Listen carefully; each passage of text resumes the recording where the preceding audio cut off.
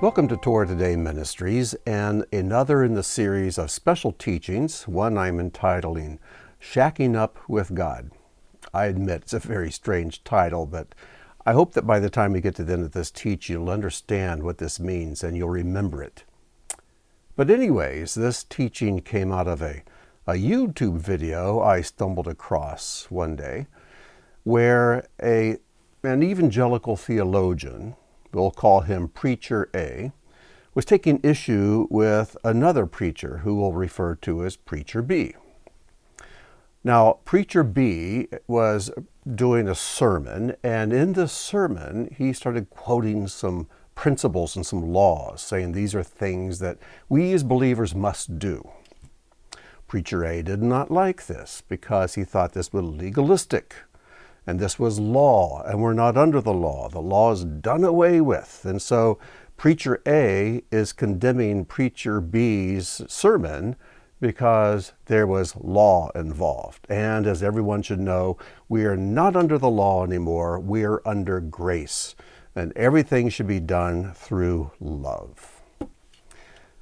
Well, I grew up on sermons like this, and I was driving, I had a rather long drive ahead of me, and I started thinking about this.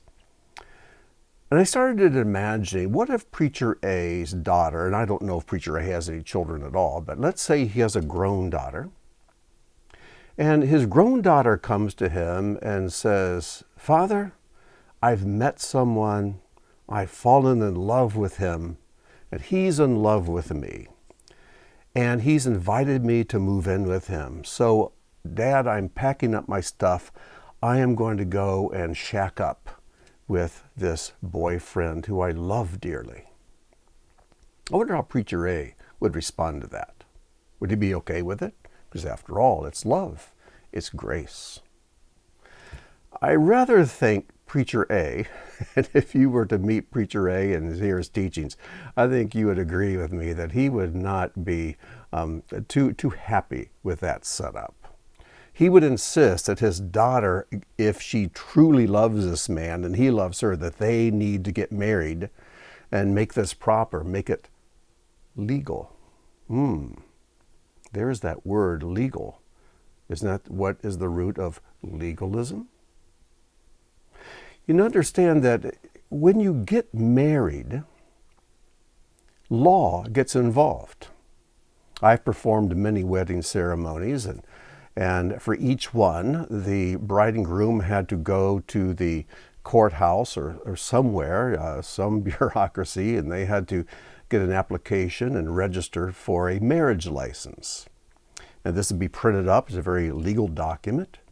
And then during the ceremony, the couple would then make vows to one another. And in a Jewish wedding ceremony, these vows and these stipulations and promises and rules and obligations of the couple to one another are written out in a document called a ketubah. And this is signed by the bride, by the groom, before the wedding. It's signed by their two witnesses, and then it's signed by me. And then it is read in the presence of all those who are attending the wedding ceremony.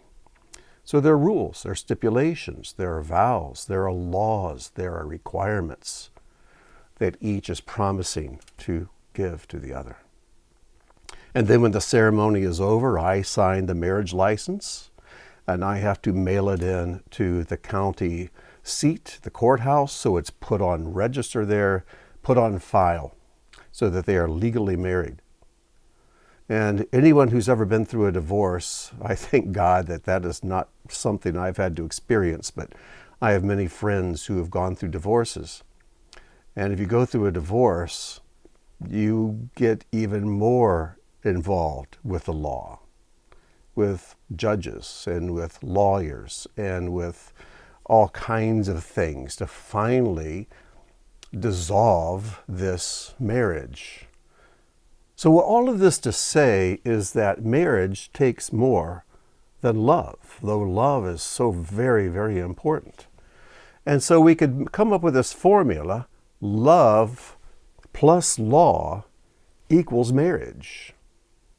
Because if there's no law involved, if there was no marriage license, no marriage ceremony, no vows, no ketubah, it's just shacking up. And the love may truly be there. But God is wanting something more than just someone to shack up with him. He wants a bride. He wants a bride who loves him the way he loves her. He wants a bride who's committed to him the way he is committed to her.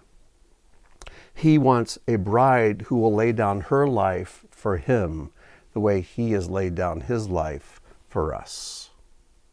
And this is why, as we read through the Torah, and just this week we were reading Torah portion Mishpatim, which begins in Exodus chapter 21. It goes up through chapter 24. And this takes place right after the events at Mount Sinai, which in Judaism has always been seen as a wedding ceremony, where the canopy is the cloud cover on top of the mountain. The people are gathered around. The stipulations of the marriage ketubah are read. These are the 10 Commandments and the Mishpatim, the laws that follow. They are written down in a document. They are read, they are witnessed, they are agreed to. And then at the end of this, in chapter 24, there is a covenant meal. And of course, the wedding ring is the Sabbath. This is the sign of God's relationship with his people.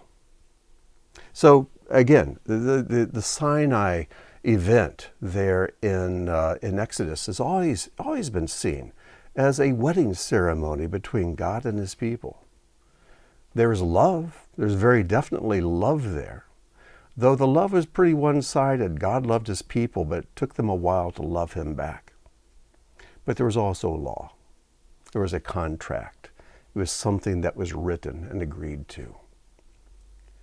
So love plus law is what makes a marriage. Because love without law is just shacking up. There's no commitment. And I'm sure that you know people, just as I do, who don't really have a commitment to God. They're willing to accept Jesus as their personal Savior. They're willing to invite God into their life. Let's shack up for a while. Let's live together. Let's walk together for a while. As long as the warm feelings last, they're very happy. But when the warm feelings go, when true faith is tested, when a commitment is tested, when a person is required to do and follow through and lay down their lives for this one that they're shacking up with, they tend to fade away. God wants more than that. God wants a bride. And when you read the last 2 chapters of the Bible, Revelations 21 and 22, you see this great marriage feast. You see the New Jerusalem descending of heaven from God as a bride adorned for her husband. And these ones are the ones who were faithful to him, the ones who were committed to him, the ones who have chosen to obey him. There are many saved people in the world, but the bride is made up of those who are saved, who are also committing back to God when he's committed to them. They're loving God back as he has loved them the best they can. They're choosing to learn about their bridegroom, to find out what pleases him, and to live their lives in a way that matter to him. I probably shouldn't share this, but I used to know a guy who really liked to hunt. So when his wife's birthday rolled around, he bought her a shotgun. I know what you're probably thinking. If my husband bought me a shotgun, I'd use it on him. But we tend to give God the things that we want, instead of taking the time to look at the Word and see what is it that he wants. What does he want? So I want to close this out with some passages by John.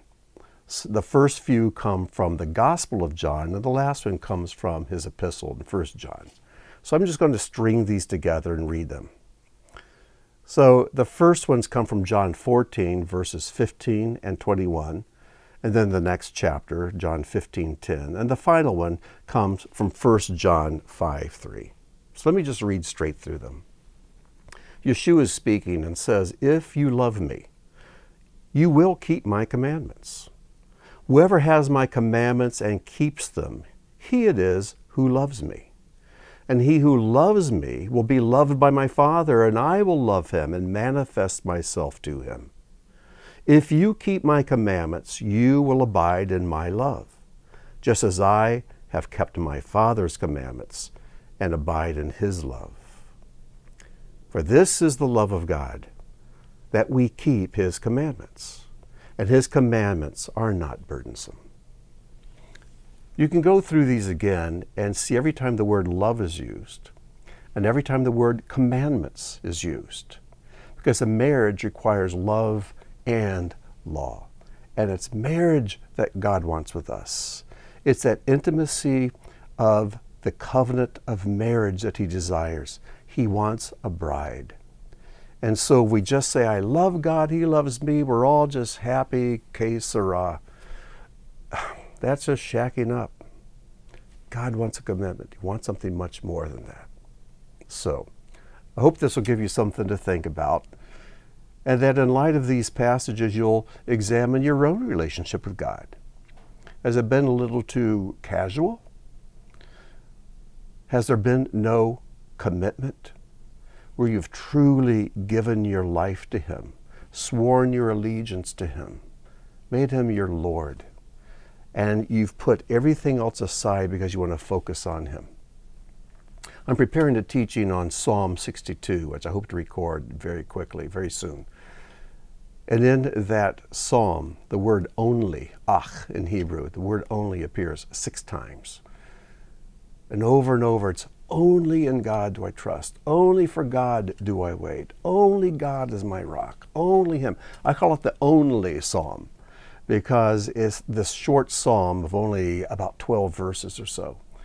It's talking about how I don't trust in anything else. Everything else is passing away. Everything else is undependable. But only in God. Only in him. He is my source, and he is the place and the one to whom I will return. It's only in him. The word only is the kind of talk a bride uses because she wants to live for her one and only. And we need to be that bride. That's the kind of people God is seeking to be his bride. So, until next time, I wish you God bless, and I wish you shalom.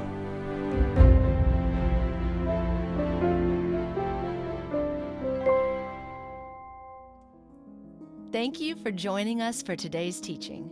If the work of Torah Today Ministries has touched your life, please consider making a donation or sponsoring an upcoming video.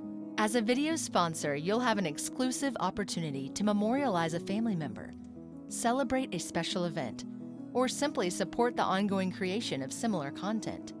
Your tax-deductible contribution helps ensure that our teachings continue to reach all who are longing for truth. Click the link or visit our website to learn more. That's all, folks.